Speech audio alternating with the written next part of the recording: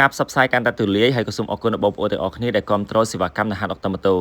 ជាពិសេសគឺគ្រឿងចរគ្រឿងអារបស់ម៉ូតូ ADV មិនថា150ឬក៏ 160cc គឺយើងមានក្នុងស្តុកស្រាប់ជាច្រើនប្រភេទនៅហាងដុកទ័រម៉ូតូផ្ទាល់ដោយម៉ូតូ ADV 160cc មួយគ្រឿងនេះមានបញ្ហាគ្រោះថ្នាក់ចរាចរណ៍បង្កឲ្យបាក់បែកផ្នែកខាងស្ដាំមកដល់ហាងផ្ទាល់បែបនេះគឺយើងពិនិត្យមើលលម្អិតជូនទៅការអតិថិជនតែម្ដងហើយលទ្ធផលសម្រាប់ចុងក្រោយគឺយើងរៀបចំរួចរាល់ហើយទៅលើម៉ូតូ ADV 160cc មួយគ្រឿងនេះហើយគាត់បំពាក់ជាមួយការការពារស៊េរីម៉ូតថ្មីមួយជុំកាត់មុខទៀតដើម្បីបង្ការក៏ដូចជាធានាបានភាពមាំទាំល្អជាងនេះតែប៉ុន្តែម៉ូតូនេះក៏មានការការពាររួចហើយដែរបើអត់មានការការពារទេមិនមែនបាក់បែកតែប៉ុណ្្នឹងទេអាចច្រើនជាងនេះទៀតក៏ប៉ុន្តែគាត់មានការការពារម្ដងហើយឥឡូវអាចចាស់វាខូចទៅគាត់ដូរថ្មីតែម្ដងទៅហើយយើងខ្ញុំទាំងអស់គ្នាពិតជាអរគុណខ្លាំងបំផុតសម្រាប់អតិថិជនទាំងអស់គ្នាមិនថាចិត្តឬក៏ឆ្ងាយដែលមកទទួលសេវាកម្មនៅហាងដុកទ័រម៉ូតូដោយផ្ទាល់ហើយយើងខ្ញុំក៏នៅតែលើកទឹកចិត្តជូនទៅការអតិថិជនដែលមកទទួលសេវាកម្មដោយផ្ទាល់ផ្ដល់ជូននូវសេវាកម្មថែទាំយ៉ាងល្អប្រសើររាល់ការទិញប្រេងម៉ាស៊ីននិងប្រេងកាលីមួយឈុតនៅហាងផ្ទាល់យើងខ្ញុំនឹងផ្ដល់ជូននូវការឆែកសម្អាតសម្បុកអែនិងប្រអប់ខ្សែពីនជូនលោកអ្នកដោយឥតគិតថ្លៃ